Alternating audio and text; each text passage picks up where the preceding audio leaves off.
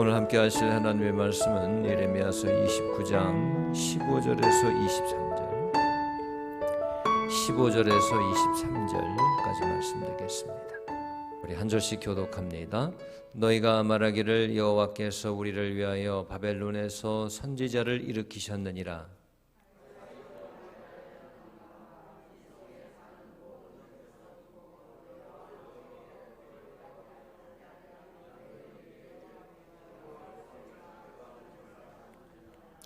만군의 여호와께서 이와 같이 말씀하시되 보라, 내가 칼과 기근과 전염병을 그들에게 보내어 그들에게 상하여 먹을 수 없는 몹쓸 무화과 같게 하겠고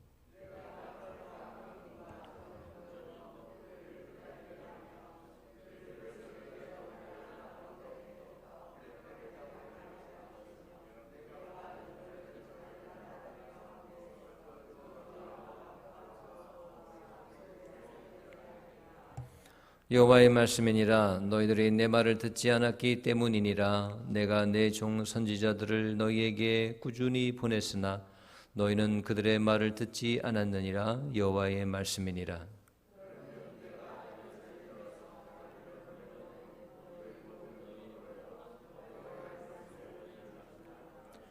만군의 여호와 이스라엘의 하나님께서 골라야의 아들 아합과 마세야의 아들 시드기야에 대하여 이와 같이 말씀하시니라. 그들은 내 이름으로 너에게 거짓을 예언한 자를 보라. 내가 그들을 바벨론 왕 느부갓네살의 손에 넘기리니 그가 너희 눈앞에서 그들을 죽일 것이라.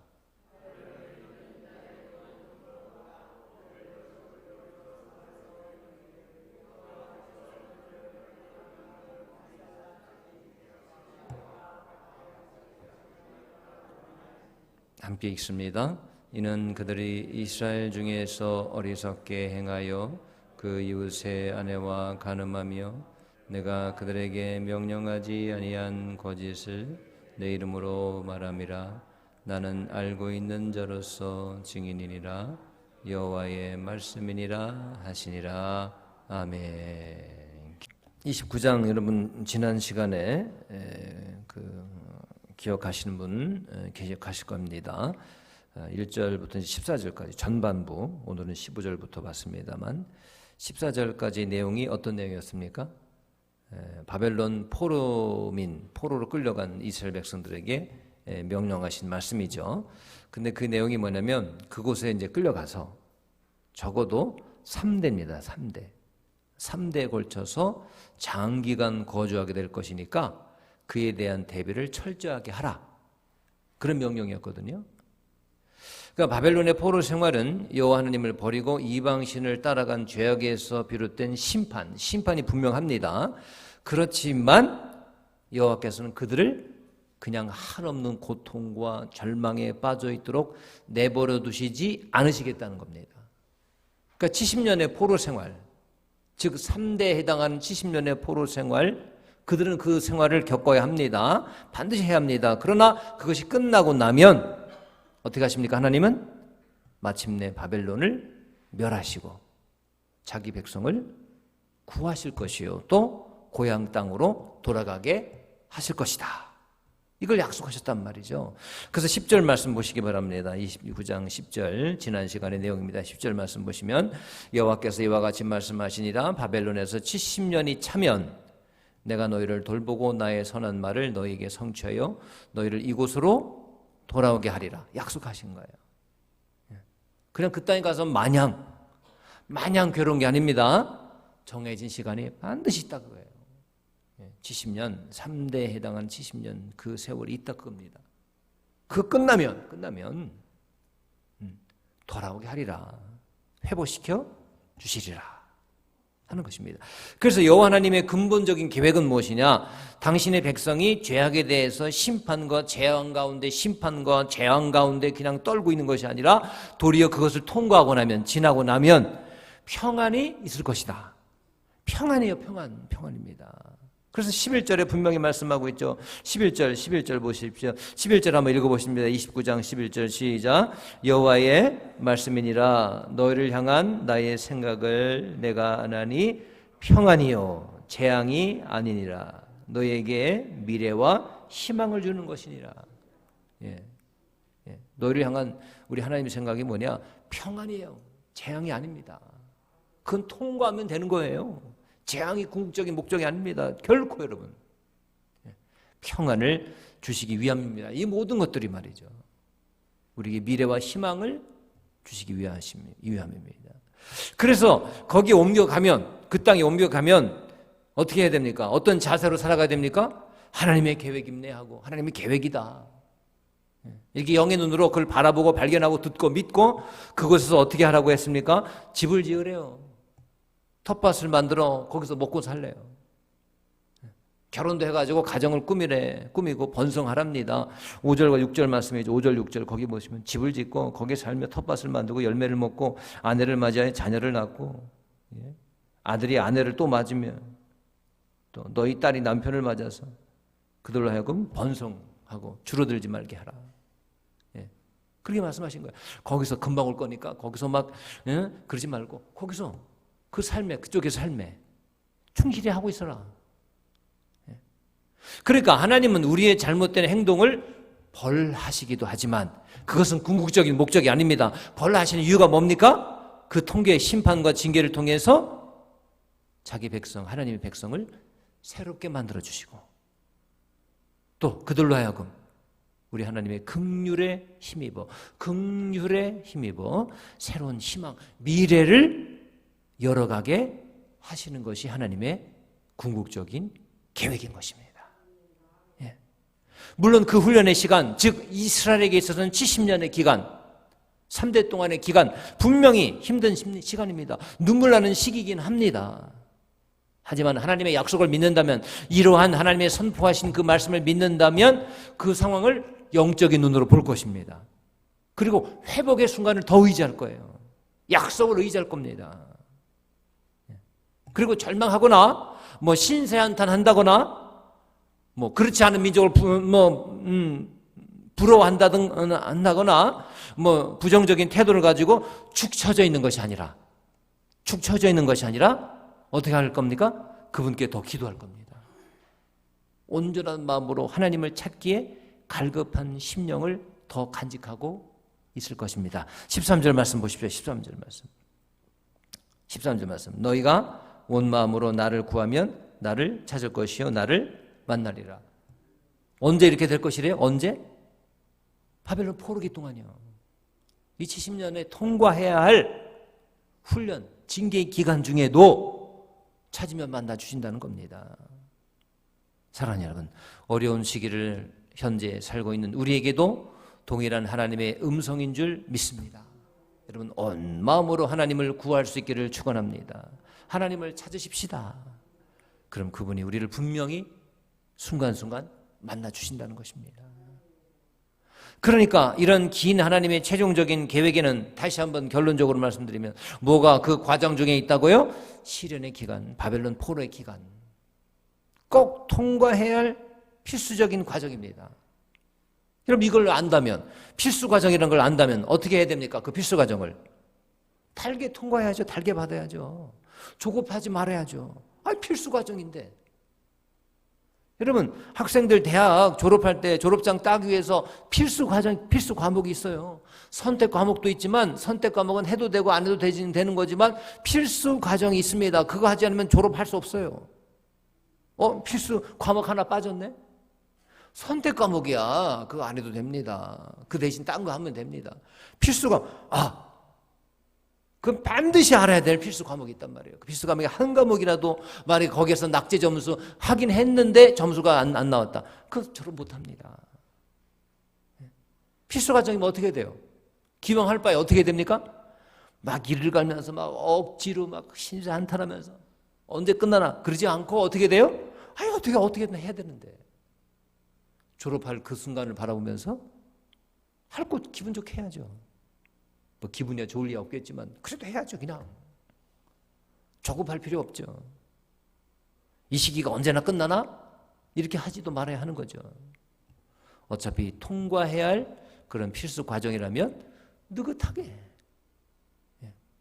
그분이 때가 차면 그분이 다 알아서 하신다는 그 약속을 믿고 지금의 오늘 하루에 내 생활에 집중하는 겁니다. 그 집도 짓고 밭도 갈고 그러래요. 거기서 언제 가지? 그러면서 막 달력 계수하면서 그러지 말고 그렇게 그때 거기서의 생활에 집중하다 보면 정해놓으신 기간, 이스라엘한테는 70년이죠?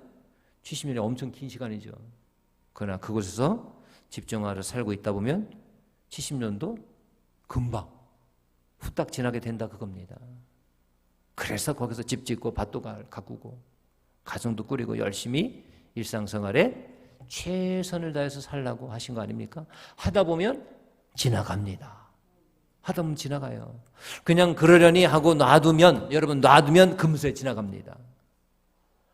근데 조바심 내고 말이죠. 달력 보면서 손꼽아 기다리면서 야 오늘 하루 지났네, 이틀 지났네, 3일 지났네. 여러분 달력 보면서 그거 하고 계셔보세요. 더 안 갑니다. 더 안 가요. 여러분 우리의 경험도 그렇지 않습니까? 기다려지는 좋은 날이 있어요. 기다려지는 좋은 날이 있다 그런 얘기예요. 그날에 뭘 탄다든가 개를 탄다든가 아니면 어디 해외로 큰 여행을 간다든가 아니면 그날에 우리 아이 좋은 결혼식이라든가 하여튼가 있단 말이죠. 그날 축복된 날이 있다 그런 얘기입니다. 그럼 그날을 어떻게 기다립니까? 달력 보면서 하루하루를 지워가면서 해보세요. 가나. 예. 기다리면 기다릴수록 어떻습니까? 안 가요, 시간이. 진짜 안 갑니다. 그러지 말고 어떻게 해야 됩니까? 달력 치워버려야 돼요, 달력. 보는 거, 하루 날짜, 그런 거 하지 말아야 돼요. 그냥 놔두고 어떻게 해야 됩니까?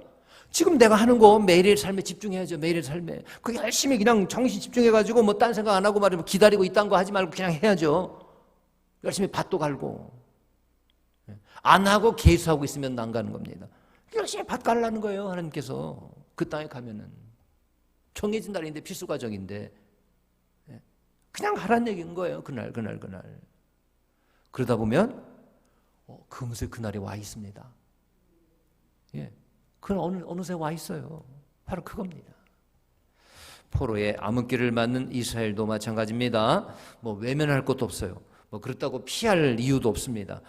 더군다나 조바심 내지도 말고 담담하게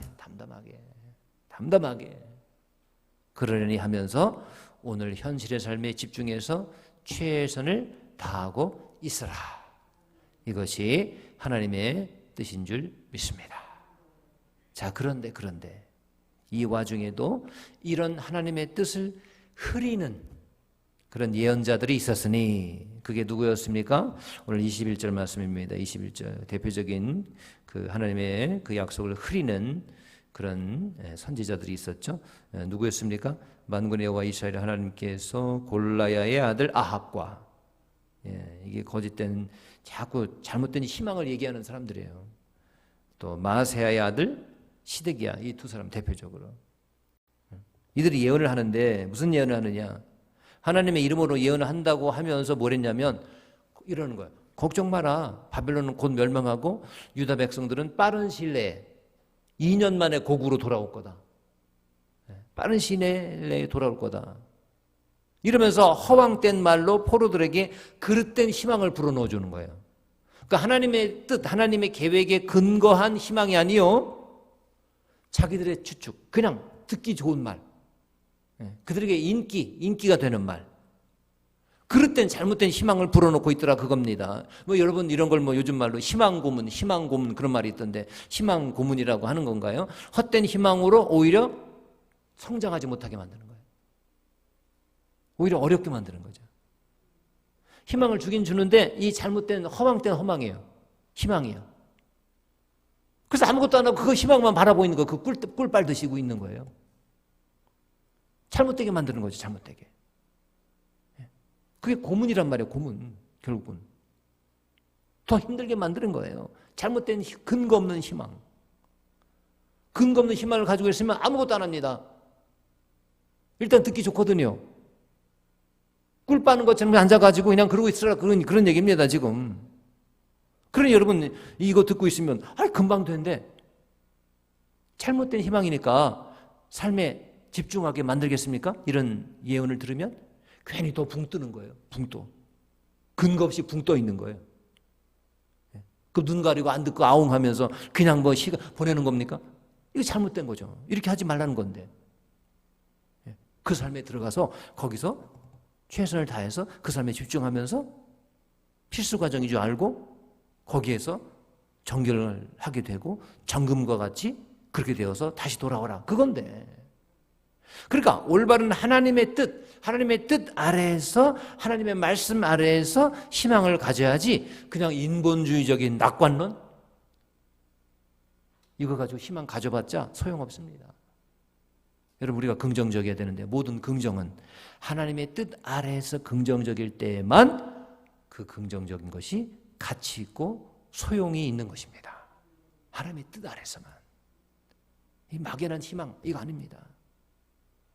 난 즐거울래 막연하게 아무것도 안 하겠다는 거예요. 그냥 거기서 그냥 아무것도 안 하고 희망만 빨고 있다는 거예요. 희망만 빨고 있겠다는 거예요. 이거 아닙니다.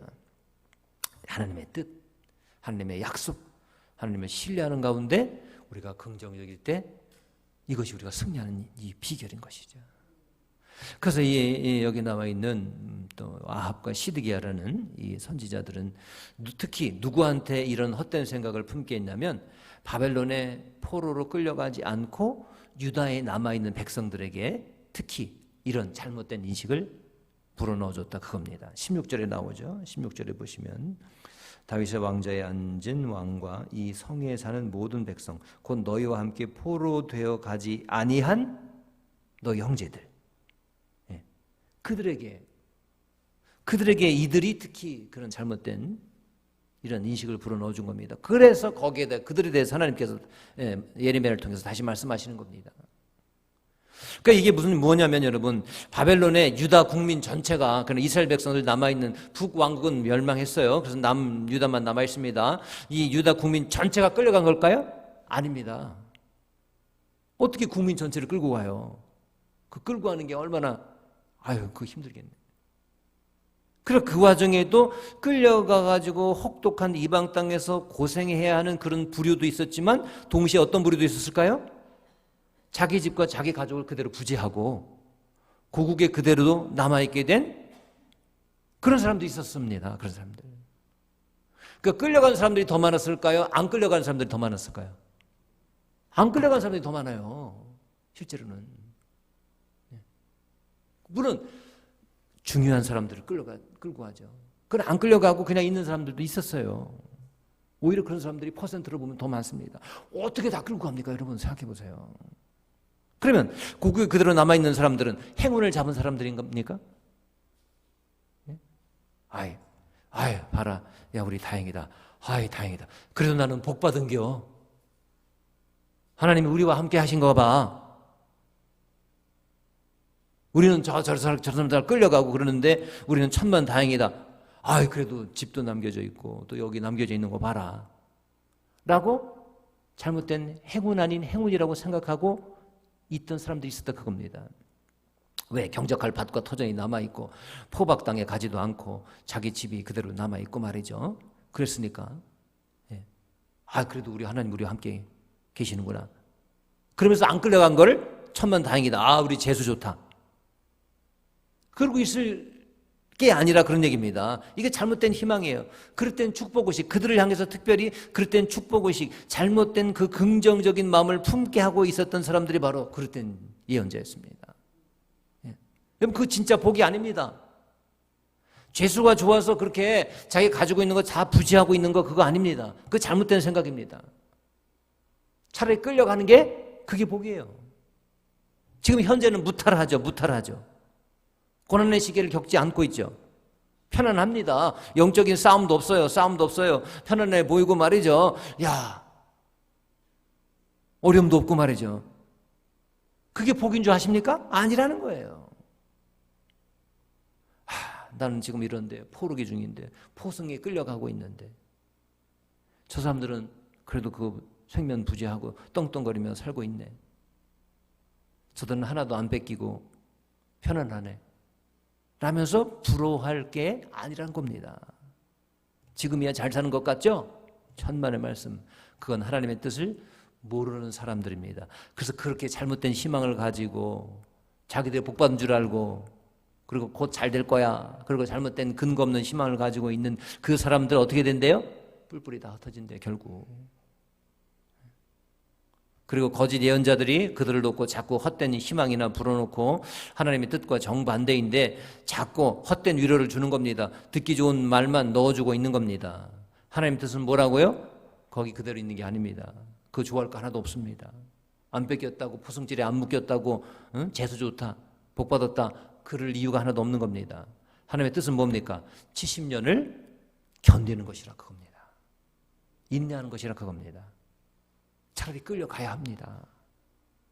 그 기간을 통해서 하나님이 원하시는 것이 있다 그겁니다. 그래서 그걸 다 통과하면 정금과 같이 새로워져서 하나님께 돌아오게 되는 것입니다. 고국으로 돌아오는 거예요. 이게 하나님 뜻입니다. 지금 보기는 좋죠. 아이고 난 끌려갔어. 그래도 내 집 와보니까 집이 다 있네. 피난 가가지고 산속에 있다가 다시 내려와 보니까, 동굴에 있다 내려보니까 나는 집에 있네. 안 끌려갔다. 재수 좋다. 아유 저것들 봐, 저거 저 끌려가고 있네. 나는 이렇게 그래도 이거 다 부지하고 있으니 난 정말 재수가 좋은 복이 있는 사람이야. 저 끌려가네. 이게 옳은 생각이 아니라는 것입니다. 끌려갈 때는 끌려가야 하는 것입니다. 그 땅에 가야 하는 것입니다. 인내해야 하는 것입니다. 그걸 다 통과하면, 그 필수 과정을 통과하면 정금과 같이 새로워져서 다시 회복되게 되는 것입니다. 그러니까 그 기간이 없다고, 그 기간을 통과하고 있는 사람들이 아니라고, 그 기간, 포르기의 기간이 없다고 그 사람들을 부러워할 이유가 하나도 없는 거죠. 지금의 소유를 그대로 부지하고 있다고 해서 복이 아닌 거죠. 고군분투해도 힘들고 어려운 영적 싸움 중에 있어도 편안하지 않습니다. 그래도 또 내가 지을 십자가가 있어가지고 늘 울면서 기도해야 해도 이것이 복인 줄 믿습니다. 포르기에 끌려가는 사람들이 복이에요.